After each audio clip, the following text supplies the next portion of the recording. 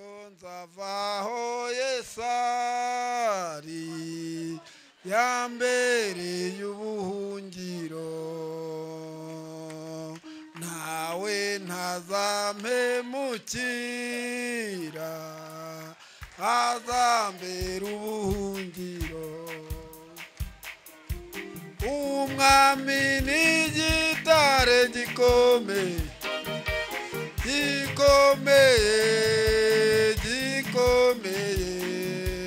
umwami n'igitare gikomeye yambereye ubuhungiro nta byago byantera ubwoba yambereye mwanzi wese wankanga yambereye ubuhungiro umwami n'igitare gikomeye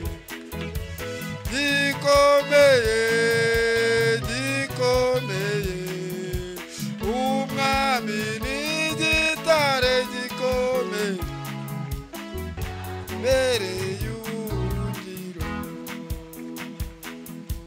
ntabwo nzavaho Yesu ari yambereye ubuhungiro nawe ntazampemukira azambera ubuhungiro umwami n'igitare gikomeye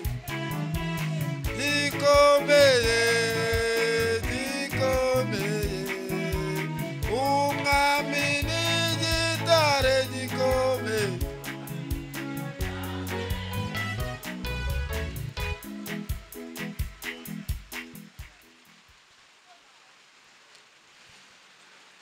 dushimiye Imana data wa twese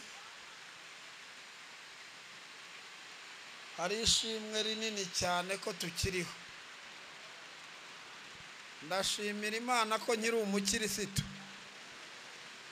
ndashimira Imana ko nyemererwa gufata aka kamikoro ngo mbwire abantu imbabazi z'Imana ibyo nabyo ndabishimira Imana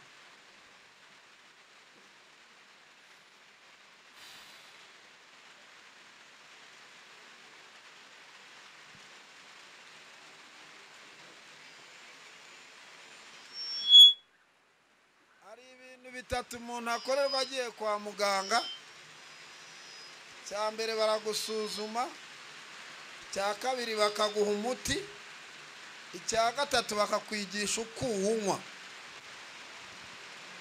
ubwo ni bingahe icya mbere bagira bate icya kabiri icya gatatu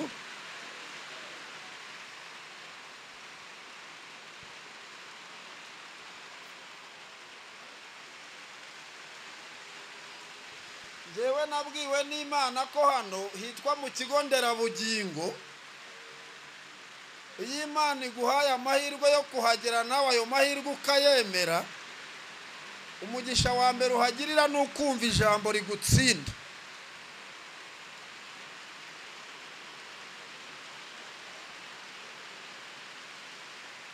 iyo wumvishije ijambo rigutsinda ugacurukura ibyo wacuritse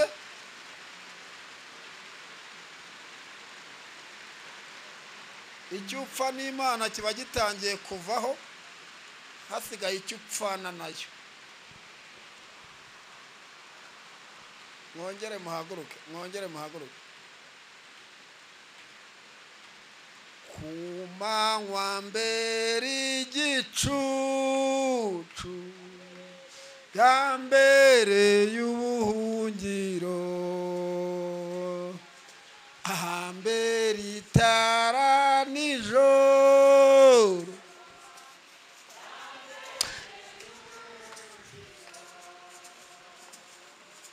umwami n'igitare gikomeye gikomeye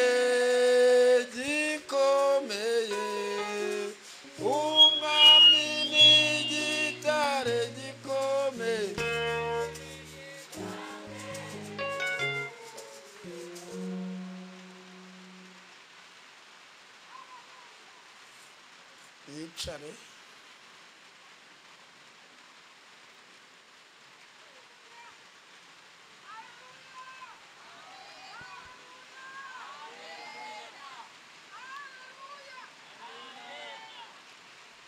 Kwa muganga rero naho hajyayo abarwayi, hakaba hari n'abarwaza n'abaganga.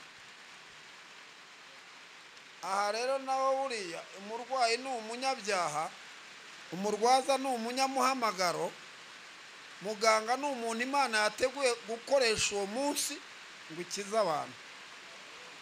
Kandi aba bantu uko ari batatu, nubwo umurwaza atarwaye, umurwayi agupfanye wanze kumurwaza yaba agusigiye urubanza.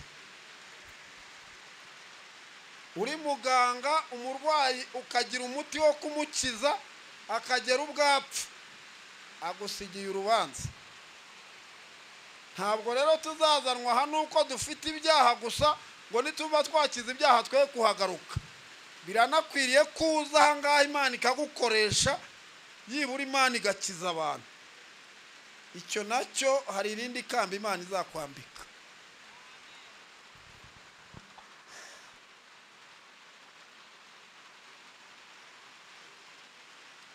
Munyemerere twihute twisomere ijambo ry'Imana.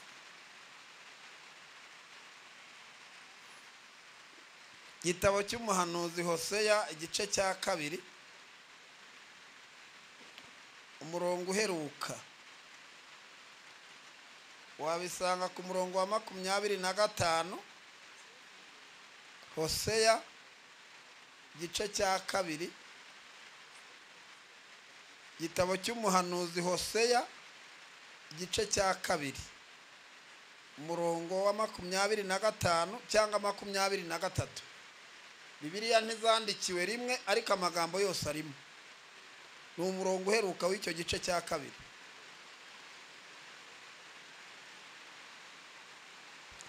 Haranditse ngo nzamubiba ku isi abo wanjye, kandi nzababarira utabonye imbabazi. Nzabwira abatari ubwoko bwanjye nti muri ubwoko bwanjye, nabo bazavuga bati uri Imana yacu.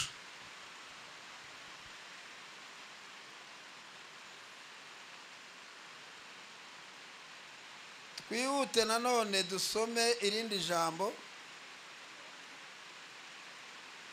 mu gitabo cya 2 cy'ibyo ku ngoma,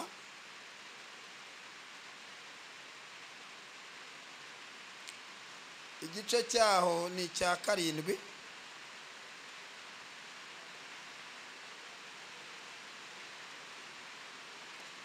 Umurongo waho wa 12 tugeze ku murongo wa 19.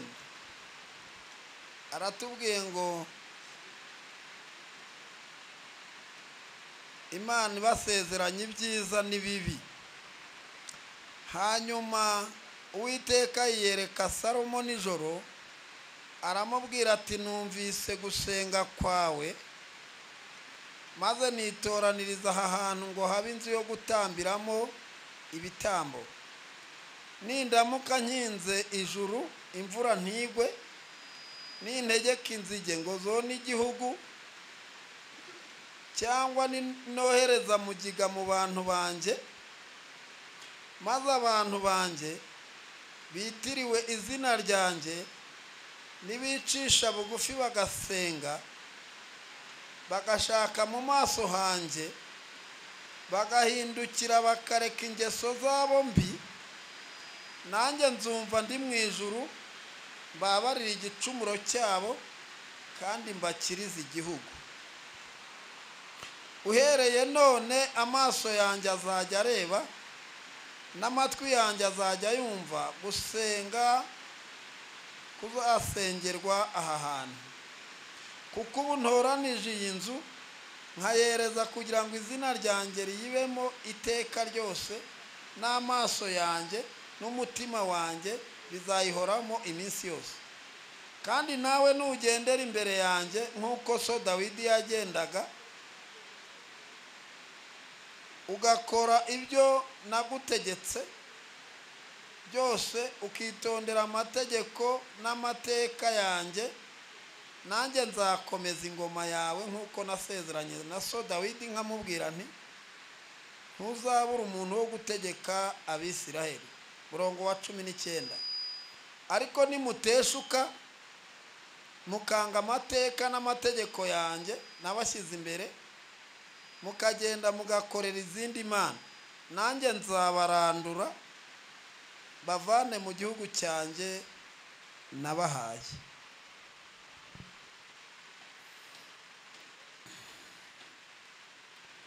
Twihute twisomere irindi jambo mu rwandiko rwanditswe na Yakobo igice cya 4.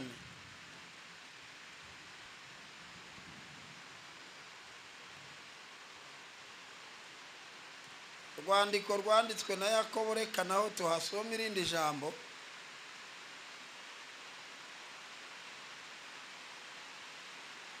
Igice ni icya 4.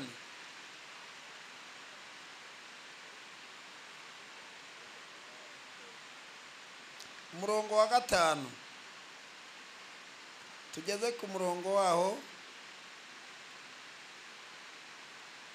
w'8.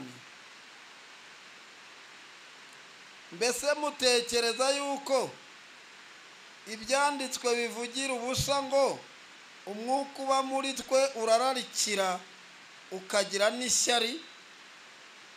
Ariko nubwo bimeze bityo Imana irushaho kutugirira imbabazi.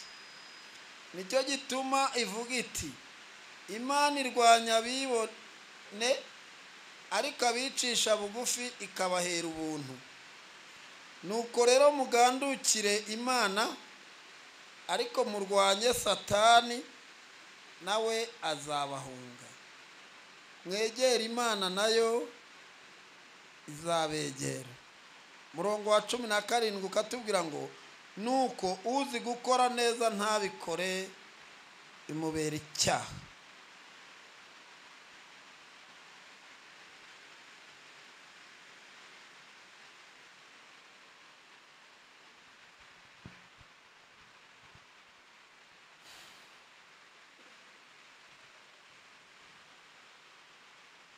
Imana ishimwe ko tugeze kuri iyi saha na n'uyu mwanya tukibwirwa ijambo ryitwa imbabazi z'Imana.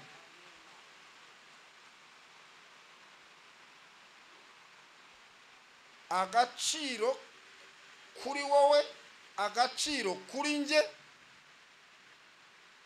ni imbabazi z'Imana.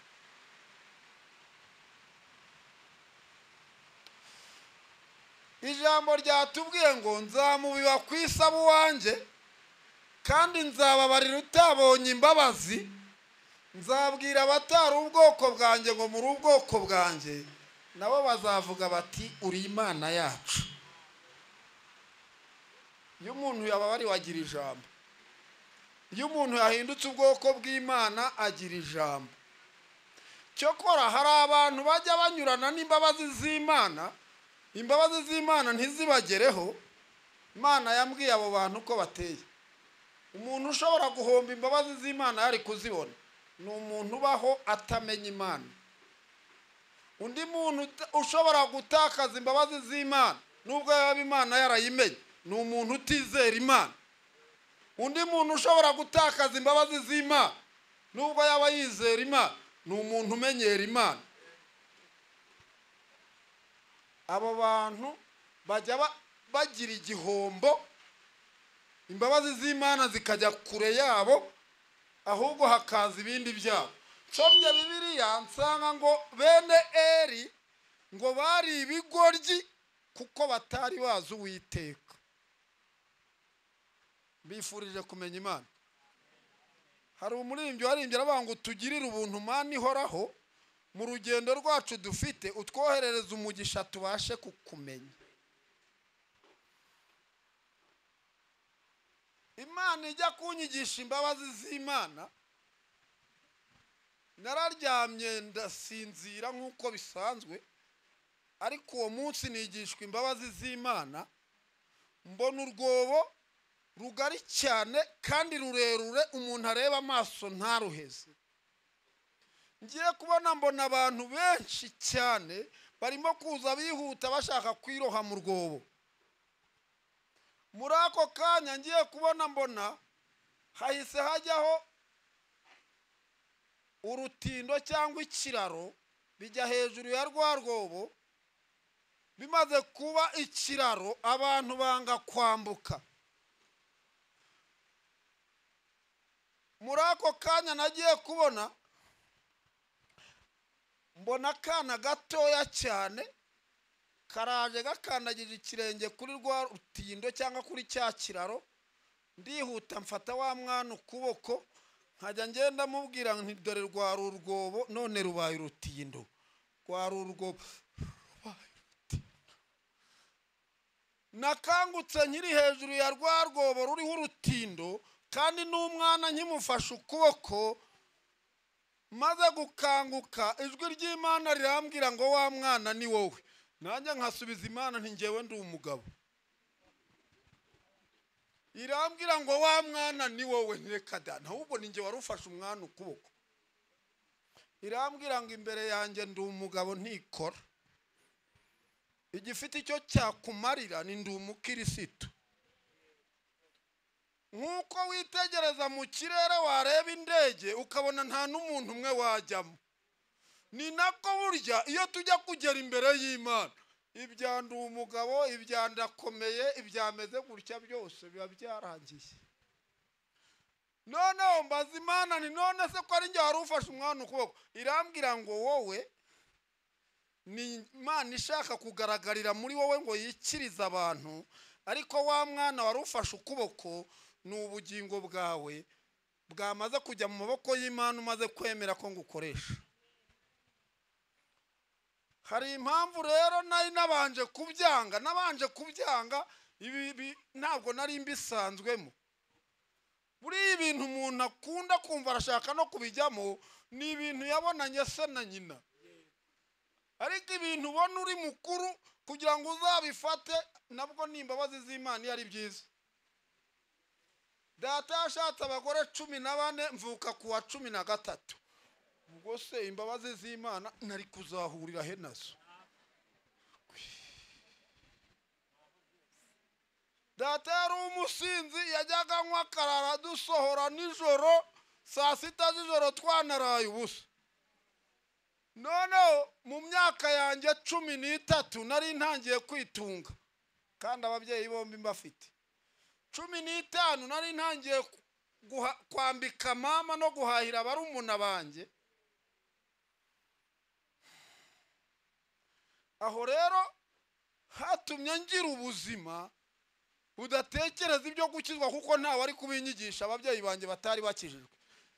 Ariko aho nagiye gushakira imibereho hambere biranga, aha kabiri biranga, aha gatatu ngeze aha kane mpasanga umumama w'umupanikote wuzuye umwuka wera. Hageze rero akajya ambwira ngo Yesu yaravuze ngo nitutamuhamya mu isi ntazaduhamiriza imbere ya Data. Jya ujya gusenga ntazabazwa ubugingo bwawe. Aho rero niho namenye Yesu. Ndabaza ntese muri iryo toro hameze ngo mu barokore b'abapanikote bashaka umugore umwe. Naho ngaho niho nzakirira umwaka wa Data. Ntangira kuza mu itorero numva narikunze kuko umupanikote nyawe ashaka umugore umwe. Ngo mu barokore ntago banywa inzoga. Yewe nubwo rero nimba aho hantu ku buryo nanjye ntazajya nywa ngo nsinde, nanjye menesha abana banjye nkuko Data yatumeneshaga, ntinzasengeraho. Bintera kujyamo numva itorero ndikunze. Ngira ikintu nabonye ku bagabo bakunda abagore ntago bakunda abana, kandi n'abagore bakunda abagabo nabo ntibakunda abana. Abazi ko hazaryama hose urubyaro azaruhakura. Ko rero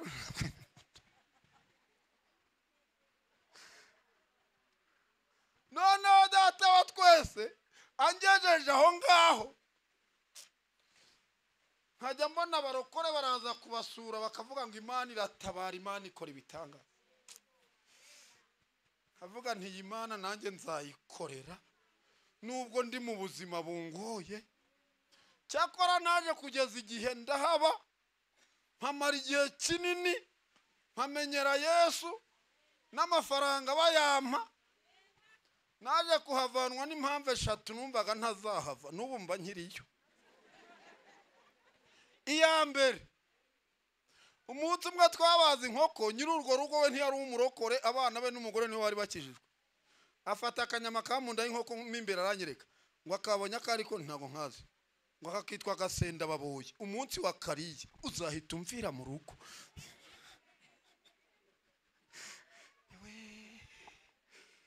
Icyo nabonye ku bantu, niyo bakugiriye neza bashaka kumva yuko, ariko iyi Mana icyo nayikundiye ni itaraguhira guhishira.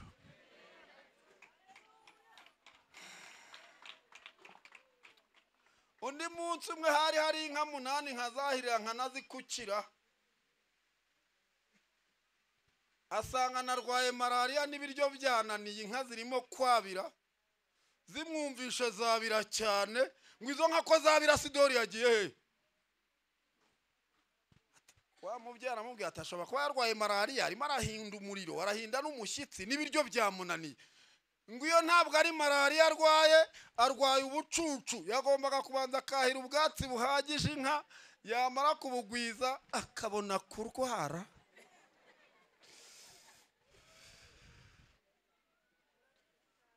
Bifurije kuzakorera Imana, kuko iyo ukoreye abantu ugira ikibazo bakakurambirwa.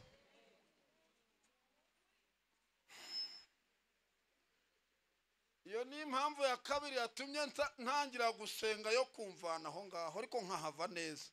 Indi mpamvu ya gatatu, bari bafite inzu iriho inzugi z'ibyuma n'ibirahure, utambuka ukireba. Natambutse ku kirahure cyo kwidirishya, mbona nirebeyemo, mbona nameze ubwanwa. Nubwo nameze ubwanwa hasigaye imvi, ngiye kuzasazira mu rugo rw'abandi, kandi n'indya gasenda baboye bazanyirukana. Henda data wa twese musaba ko hamvana neza. Ndasezera, bashaka n'undi mukozi ndabirindira, nicara muri saro, wa mumama aransengera n'umukobwa bari buzuye umwuka wera, nitahira amahoro, Imana ibana nanjye. Ubwo rero ni ubuhamya bw'ukuntu umuntu amenya Yesu. Tekereze mu 2002, uyu munsi tukaba turi muri 2024. None ndi muri iki gitero cy'uyu murimbyi wavuze ngo ntago nzavaho Yesu ari, kandi nawe ntazagira ate. Iyo uvuye aho Yesu ari, ibyari byarakubuze birakubona, ariko iyo ukiraho Yesu ari, ibiguhiga bikuba uruhare.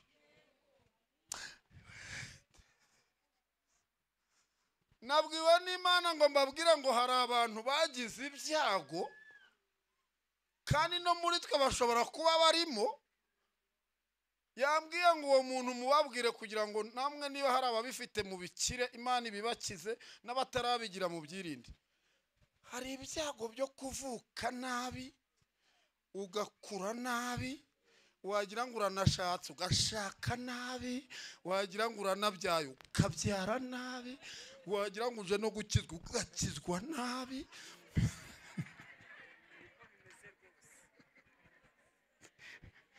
Ahantu hose ugeze ugasanga Satani amahirwe yayahavanye.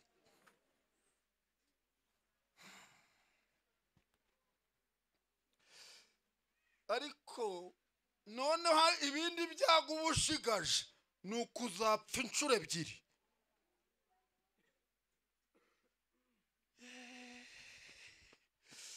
Maze kumva iryo jambo numva ndababaye, mbaza Imana ntibiriya byavuye hehe.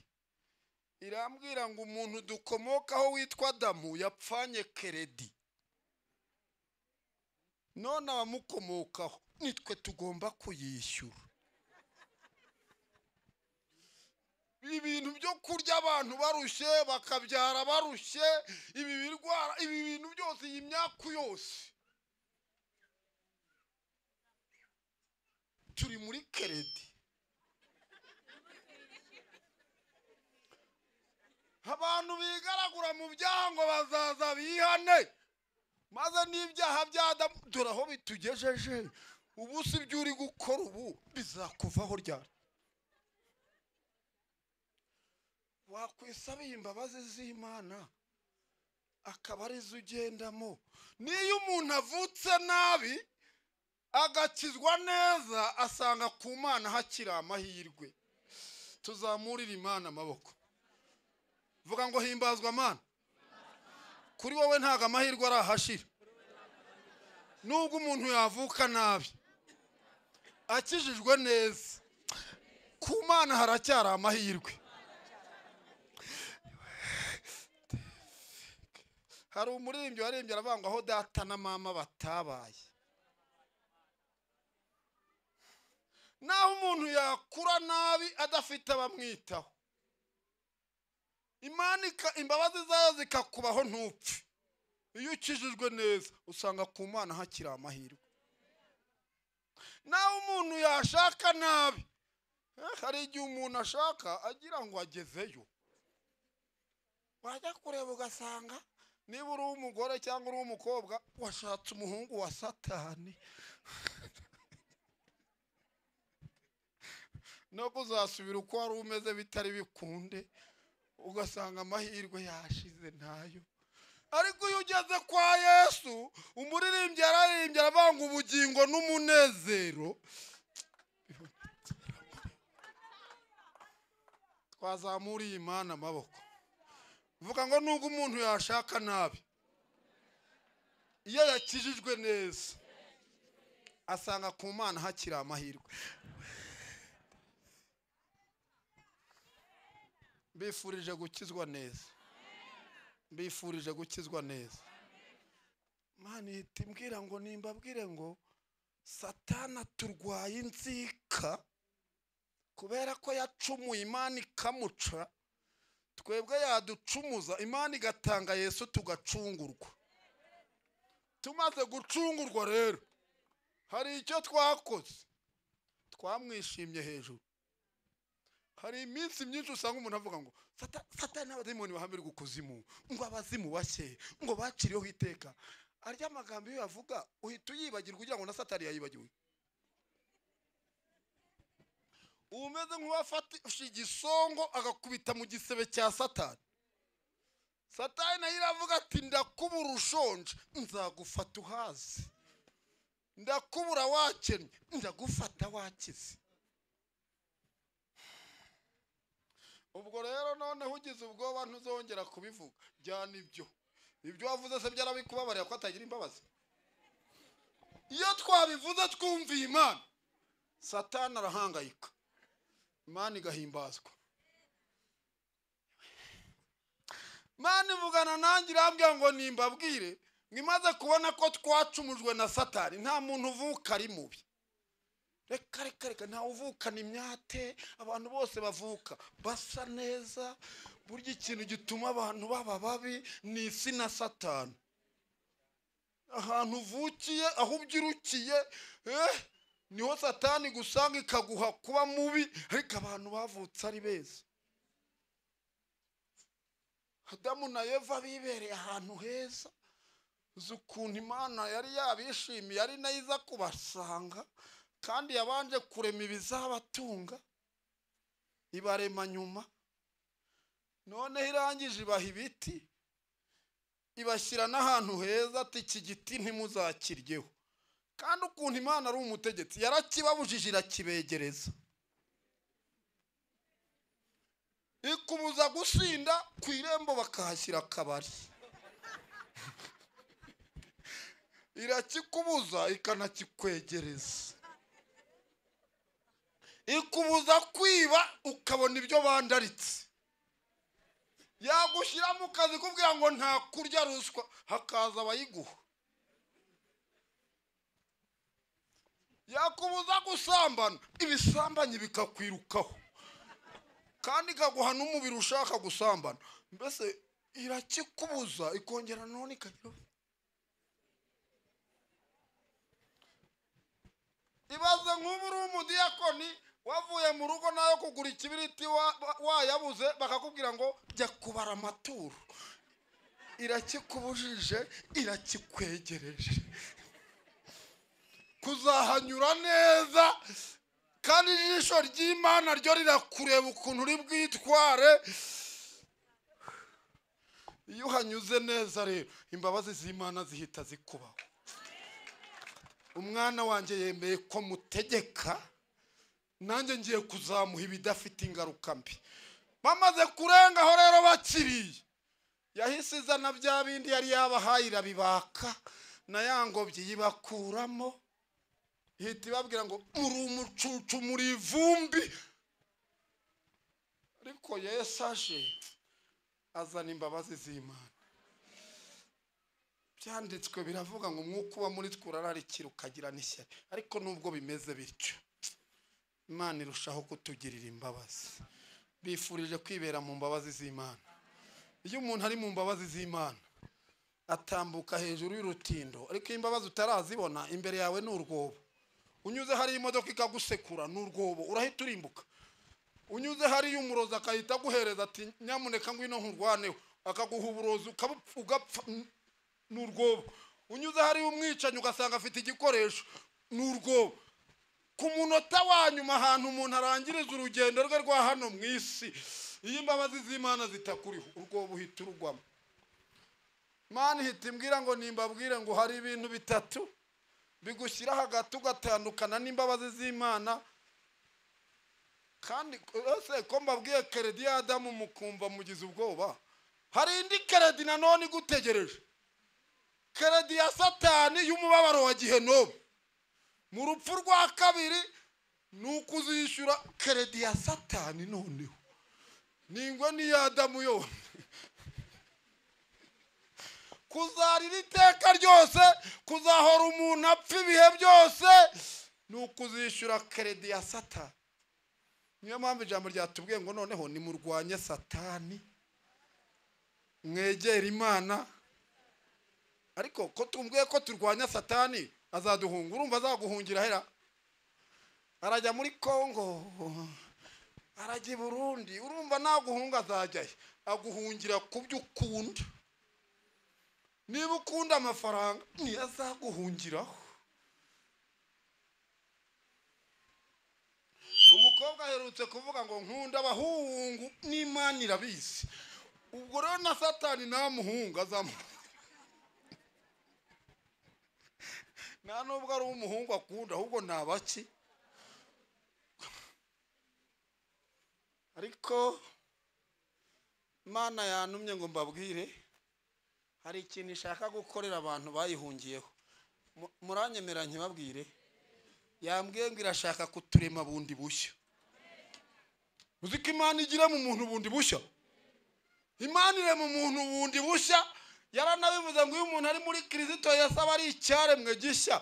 Iyo Imana yakuremye bushya, za karande, za kamere na za mutanyurwa utandukana nazo. Za mbaraga mbi zajya ziza kugufata zigasanga Imana yakwibarujeho. Iyo Imana amaze kukwibaruzaho rero, ubana n'abasambanyi ntusambane. Ujya gukora ahantu hari abajura ntiwibe. Ugera mu minsi mibi ikarangira udahemutse, kubera ko ubwoba uba ufite ni bumwe, nuko Imana iri bukurebe nabi. Mperutse kongera kujya mu iyerekwa, mbona umuntu yarahinze umurima w'amashaza. Ayo mashaza ngiye kubona mbona hafi aho hari ibintu birimo kuhanyura biyona. Wa muntu wari wayahinze araza azana uruzitiro, mbona amashaza arayazitiye. Ishaza ryose ryahamye mu ruzitiro. Nabonaga ari ishaza ry'iyizangwa, ari amashaza ashobora kuzavaho n'imbuto. Ariko noneho amashaza amwe namwe yarazamukaga akarenga uruzitiro. Iryarenze uruzitiro ryose. Imana irambwira ngo irashaka kudushyira mu ruzitiro rwitwa agakiza. Nurenga uruzitiro urabigishogoshogo, ariko nuhama mu ruzitiro Imana izahakurindira. Ijambo ryongera rirambwira ngo nzababwire ngo hari ahantu hatatu Satani ategera kuko satani niyo ibyaha wabiretse ibyaha utabikoze wumva ushaka kwibera umuntu w'Imana, satani ahora ashaka kupfa. Iyo uri mu byaha ashaka kupfa ngo ubipfiremo Gehinomu ikuronke, niyo wabivuyemo ashaka kupfa, kuko kubaho kwawe iyo wavuye mu byaha gutumye Imana ihimbazwa. Kugira ngo rero umuntu apfe ni ibintu bitatu bigushyira hagati. Cya mbere ni akazakwica, cya kabiri naho uzagwa, icya gatatu ni igihe cyawe. Ubwo ni bingahe? Subiramo twumve ko numva bishyira ku bandi.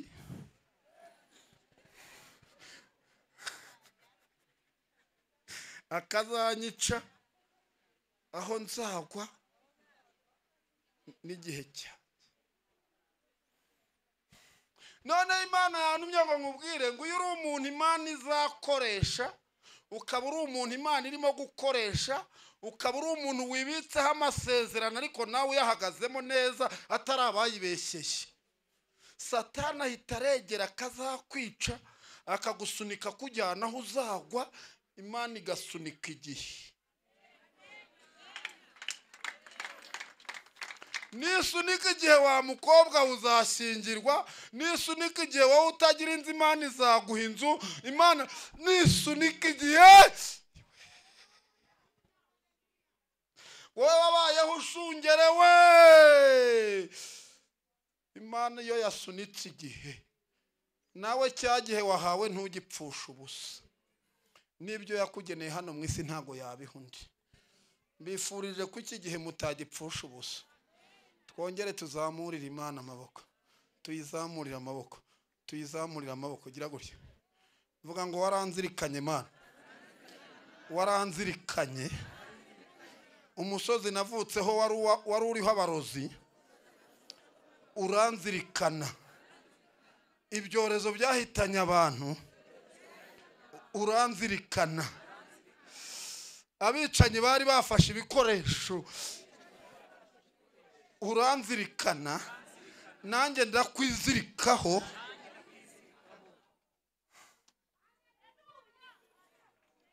Tera haleluya niba wumvishe iryo jambo.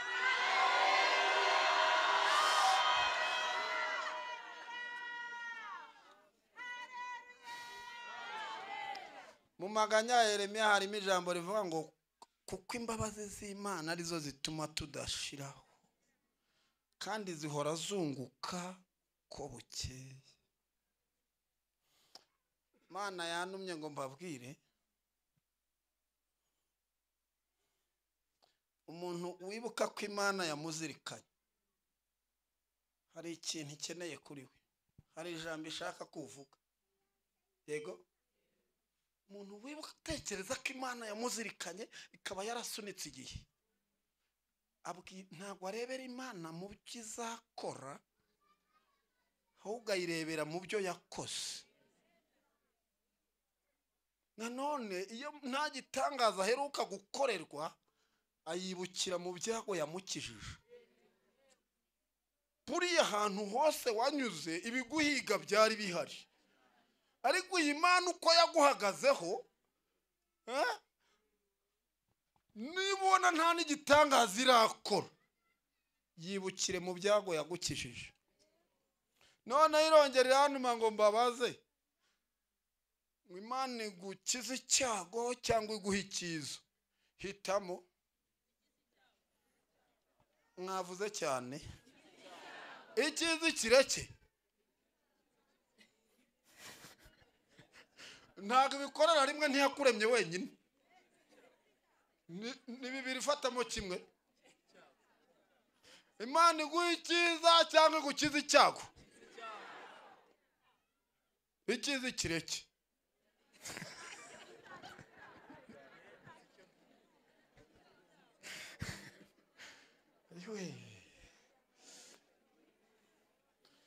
Yantumye ngo nkubwire ngo icyiza ntikigira agaciro icyago kigihari.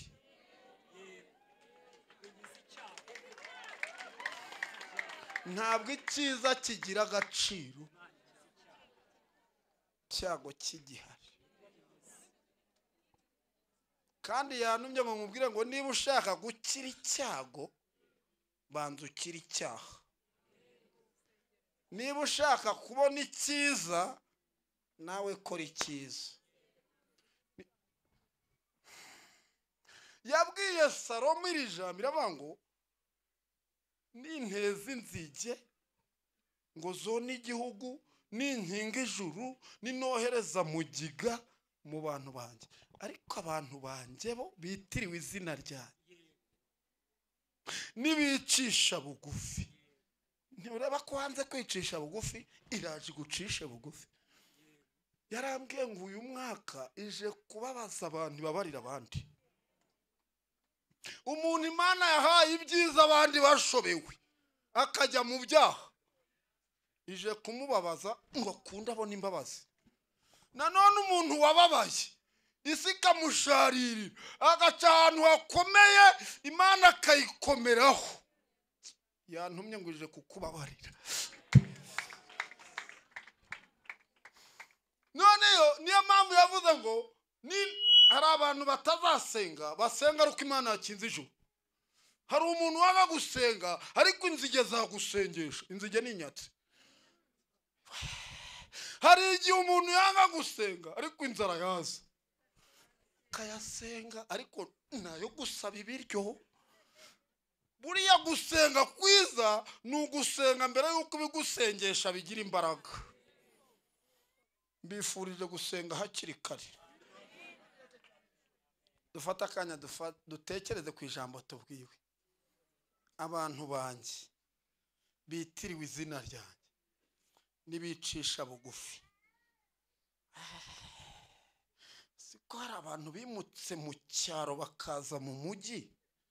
Ubusubaye kandi burya iyo umuntu avuye mu mujyi abahunze ibigeragezo by'ibinyacyaro asanga ibigeragezo by'ibinyamujyi.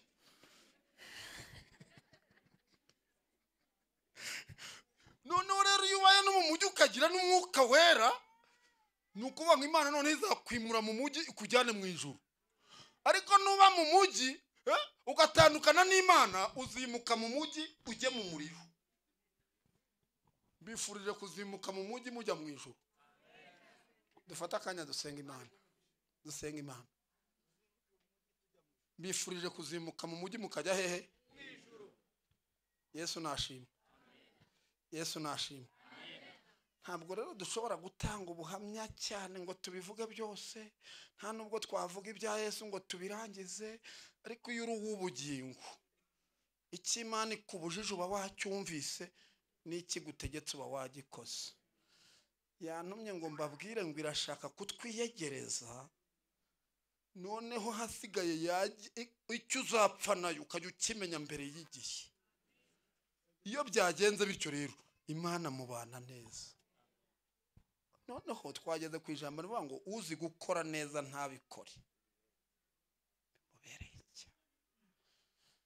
Fari wababariwe, Imana yari yasunitse igihe, waba uzi gukora neza ntubikore.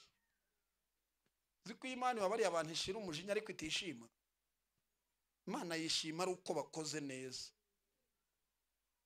Niyo mpamvu uzajya kubona uko abantu bihannye ibyaha barongera babisubiramo. Yashize umujinya igihe itarishima barongera bisubira iyo babaga. Mwahagurutse tugasenga n'Imana. Mwahaguruke.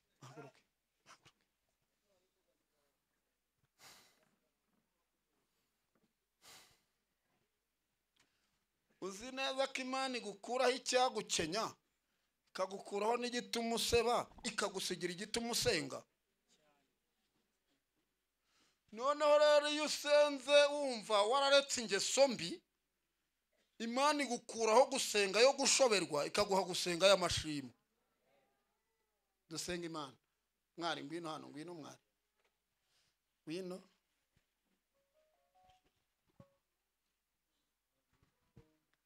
Dusenga Imana.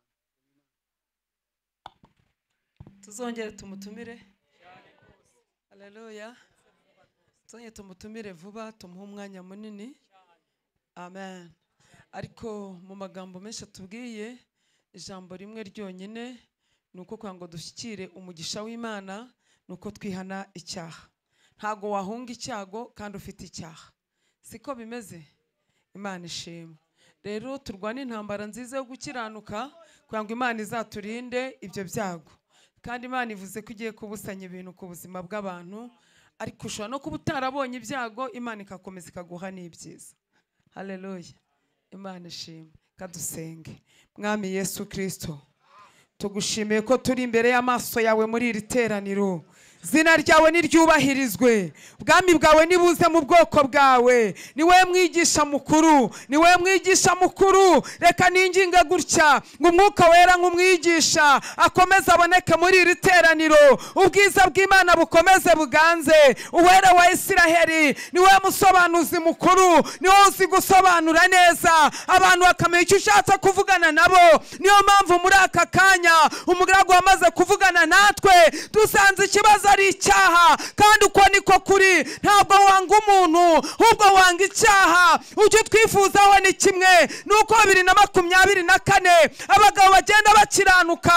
Ijambo riratubwiye mwami w'abami, kandi niko umugaragu wavuze. Aha niko atubwiye ngo udutuza hafi y'ibyo duhunga, ngo tugeragezwe nabyo. Umuntu areka inzoga akabarika akamuba hafi, ngo ageragezwe n'ibyo. Umuntu akunda ikintu kikamuha bugufiya, ngo nagikenera azahitemo Yesu cyangwa ahitemo icyo ngicyo. Ariko ijambo ryarambwiye ngo uyihangana akageza imperuka niwe uzakizwa. Dutuye mu isi aho niho ibyaha bikorerwa, ko niko mubwiriza butumwa yabwiye mwizerwa na Mukristo. Amwe ngo muri buce mu isoko mburamumaro. Isoko mburamumaro rireze, isoko mburamumaro ryejeje abagore beza bagenda bambaye ubusa bagaragaza uburanga bwabo kugira ngo abagabo bagure. Isoko mburamumaro ririmo ubutunzi bw'uburyo n'ubundi, umuntu yaca mu nzira nyinshi akabubona kugira ngo abapfapfa bagure. Isoko mburamumaro ryejeje amagambo, isoko mburamumaro ryejeje ubuhehesi, isoko mburamumaro ayiwa Yesu Kristo ryejeje amatunda kugira ngo abanyenda nini babone ibyo barya. Isoko mburamumaro ryejeje ibigezweho, isoko mburamumaro ryejeje ibintu byinshi. Ariko abasenze none duha imbaraga zinesha ibyo byose, duce mu isoko mburamumaro dutsinda, tunesha urwango, tubasha kubabarira nk'uko umwigisha wa kabiri yatubwiye. Isoko mburamumaro dore ribaye ryinshi kugeza mu itorero. Urakoze Kristo mwiza, babarira ubu bwoko bwawe kandi uduha imbaraga zinesha. Tugitangira umwaka 2024 duha imbaraga zinesha. Tugukomeye mu mashyi ko utanga kunesha ibyaha, ntabwo twabyishoboza. Kubw'izina ryawe ryera Yesu Kristo, amen. Mukozi Imana, mutungeho ibiganza tumusabire umugisha kubw'intambwe yateye adusura. Imana imuhe iki imigisha mu izina ryande rya Yesu, kandi mumwifurize n'umwaka mushya azawurye ntuzamurye mu izina ryande rya Yesu.